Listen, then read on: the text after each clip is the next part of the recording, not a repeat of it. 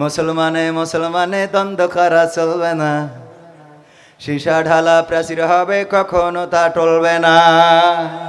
মুসলমানে মুসলমানে দ্বন্দ্ব করা চলবে না, সীসা ঢালা প্রাচীর হবে কখনো তা টলবে না।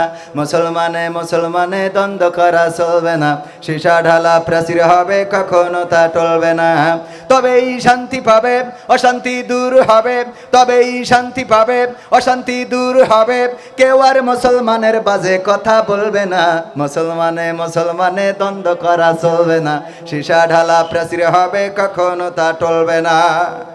কে আওয়ামী, কে বিএনপি, কে জামাত ইসলাম, এটা আমাদের নয় পরিচয়, মুসলিম মোর নাম। কে আওয়ামী, কে বিএনপি, কে জামাত ইসলাম, এটা আমাদের নয় পরিচয়, মুসলিম মোর নাম।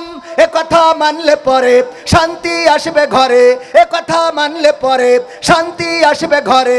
কেউ আর মুসলমানের বাজে কথা বলবে না, মুসলমানে মুসলমানে দ্বন্দ্ব করা চলবে না, সীসা ঢালা প্রাচীর হবে কখনো তা টলবে না।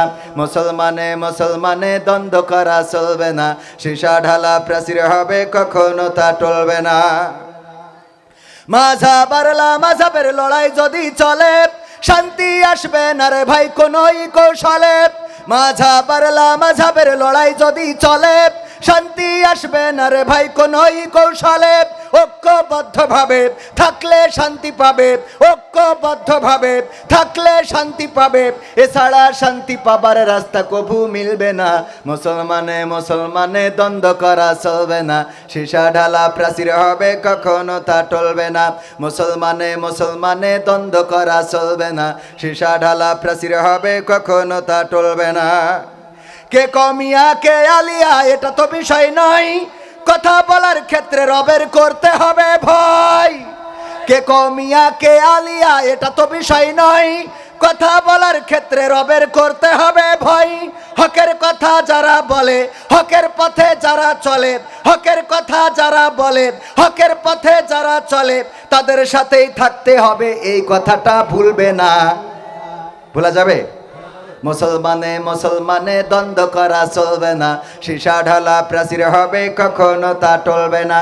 মুসলমানে মুসলমানে দ্বন্দ্ব করা চলবে না, সীসা ঢালা প্রাচীর হবে কখনো তা টলবে না। তবেই শান্তি পাবে, অশান্তি দূর হবে, তবেই শান্তি পাবে, অশান্তি দূর হবে। কেউ আর মুসলমানের বাজে কথা বলবে না, মুসলমানে মুসলমানে দ্বন্দ্ব করা চলবে না, সীসা ঢালা প্রাচীর হবে কখনো তা তোলা যাবে। মুসলমান ঐক্যবদ্ধ থাকার ব্যাপারে আল্লাহ কোরআনে অসংখ্য জায়গায় বলেছেন। বিশেষ করে আমরা যে আয়াতটা বেশি পড়ি, কি পড়ি? ওয়াতাসিমু বি, কি যেন, ওয়াতাসিমু বিহাবলিল্লাহি জামিআ ওয়ালা তাফাররাকু, তোমরা সংঘবদ্ধভাবে কি করো? আল্লাহর রজ্জুকে আঁকড়ে ধরো এবং পরস্পর বিচ্ছিন্ন। ইন্নাল্লাহা ইউহিব্বুল্লাযীনা ইউকাতিলুনা ফি সাবিলিহি সাফফান কান্নাহুম বুনিয়ানুম মারসুস, নিশ্চয় আল্লাহ তাদেরকে মহব্বত করেন, ভালোবাসেন, যারা তার পথে সীসা গালানো প্রাচীরের ন্যায় ঐক্যবদ্ধ থেকে লড়াই করে, সংগ্রাম করে। এই বাংলাদেশে আল্লাহর জমিনে আল্লাহর দ্বীন কায়েমের জন্য ঐক্যবদ্ধ থেকে যদি রক্ত দিতে হয় রক্ত দেব, জীবন দিতে হয় জীবন দেব, শহীদ হতে হয় শহীদ হব। সাতক্ষীরার মাটি এটা উর্বর একটা ভূমি, যেই জমিনে অসংখ্য শহীদের রক্ত পড়ে আছে। এই জমিনের মানুষ তারা বাঘের সাথে লড়াই করে, তারা সুন্দরবনে জীবন যুদ্ধ করে, যারা আমফানে টর্নেডো ঝড়ে তাদের ঘর বাড়ি ভেঙে যায়, গাছ ভেঙে যায়, কিন্তু সাতক্ষীরার মানুষের ঈমান ভেঙে দেওয়ার মতো কোন ঝড় এখনো পর্যন্ত হয় নাই। বলেন ঠিক কিনা? ইসলামের বিজয় যদি আনতে হয়, ইসলামের বিজয় যদি আনতে হয়, তাহলে সেই সাতক্ষীরাবাসীকে জেগে উঠতে হবে। আমি বলি সাতক্ষীরা থেকে ইসলামী আন্দোলনের গণজোয়ার সৃষ্টি হবে। এই সাতক্ষীরার মানুষ প্রমাণ করে দেবে তাওহীদি জনতার পুণ্যভূমি হলো সাতক্ষীরা। এই নলতার মাটি থেকে স্লোগান উঠবে, নারায়ে তাকবীরের ধ্বনিতে বাতিল থরথর করে কাঁপবে, বাংলার আকাশে কালেমার পতাকা পথ পথ করে উঠবে। এই সংগ্রামে থাকতে কারা কারা রাজি? দুটি হাত দেখতে চায়।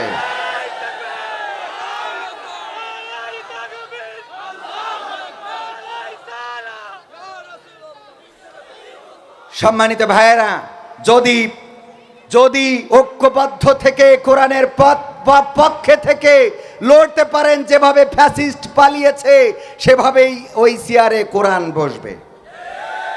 ক্ষমতায় কেউ স্থায়ী হয় না, হোক না সে হাসিনা কিবা রেহেনা, সে আরটা চিরকাল থাকে না। ক্ষমতায় কেউ স্থায়ী হয় না, মুজিবুর বেশি দিন থাকেনি, জিয়াউর কেউ তো রাখেনি। এরশাদ চলে গেছে পৃথিবী ছেড়ে, এরশাদ চলে গেছে পৃথিবী ছেড়ে, কেউ আজ তার কথা কয় না। ঠিক না বে ঠিক? ক্ষমতায় কেউ স্থায়ী হয় না, হাসিনা ক্ষমতা ধরে রাখতে আয়না ঘর বানিয়েছিল, জনগণের রোশানলে দাদার দেশে পালিয়ে গেল।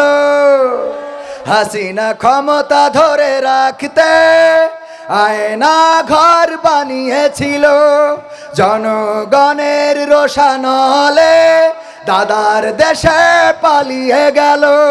ডিবি হারুনের পাশে আর, ডিবি হারুনের পাশে আর পরিমণিদের দেখা যায় না।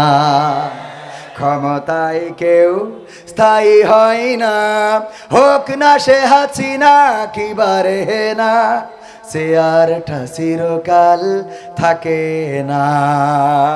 ঠিক না বে ঠিক? ওয়াতুইজ্জু মান তাশাউ ওয়াতুযিল্লু মান তাশা। আল্লাহ বলেছেন আমি যাকে চাই তাকে ইজ্জত দান করি, আর যাকে চাই তাকে বেইজ্জতি করি। দেখেন, এই আয়াতের প্রমাণ নেওয়ার জন্য 1400 বছর আগের ইতিহাস দেখার দরকার নেই। মাত্র 14 মাসও হয় নাই, এখনো 7 মাস 8 মাস হয়েছে নাকি, এরকম তো? হ্যাঁ, 9 মাস আগের ইতিহাস দেখলেই হয়। যেই চেয়ার থেকে বলেছিল পদ্মা সেতু থেকে টুস করে ফেলে দেবে, সেই পদ্মা সেতুর ইনকাম আবার সেই চেয়ারে বসে উনি ভক্ষণ করতে। ঠিক না বে ঠিক? যেই চেয়ার থেকে বলেছিল যে পদ্মা সেতু থেকে বেগম জিয়াকে এবং ডক্টর ইউনূসকে ফেলে দেয়া দরকার, সেই চেয়ারে আজকে ডক্টর ইউনূস তো বসেই আছেন, আর বেগম খালেদা জিয়ারও সম্মান বাড়িয়েছেন না বাড়ান নাই? বিদেশে গিয়ে গেলেন, চিকিৎসা নিলেন সুন্দরভাবে, আবার মোটামুটি এনার্জি নিয়ে ফিরে এসেছেন। ঠিক না? আল্লাহ দেখেন দেখাই দিল যে তুমি দাদার দেশে আর নেত্রী তার বাবার দেশে, তার স্বামীর দেশে আছে না নাই? এটাই তো আল্লাহর খেলা। আল্লাহ যাকে চান তাকে চেয়ার দেন, যাকে চান তাকে চেয়ার থেকে নামিয়ে দেন। অসংখ্য ইতিহাস আছে, যেহেতু আজকে আলোচনার দিন না, আজকে সঙ্গীত শোনানোর দিন, সেই সঙ্গীতগুলো শোনাবো। আরও কিছু সঙ্গীত শুনবেন কিনা ইনশাআল্লাহ? আমার যুবকরা বসে রয়েছে, ওদেরও তো কিছু বলা দরকার। আজকালকের ছেলেরা বই নিয়ে আর বসে না, ও বাবা গুগলে সার্চ করিয়া পড়ি। ওরে কালের মেয়েরা কোরআন হাদিস ধরে না, এখনকার মা বোনেরা কোরআন হাদিস পড়ে না, ওয়াল্লাহ টিকটকে ভিডিও ওরা করে। ঠিক না বে ঠিক? আজ আসার সময় দেখি দোতলা ছাদের উপরে এক মহিলা ক্যামেরা ধরিস আর এক মহিলা ভিডিও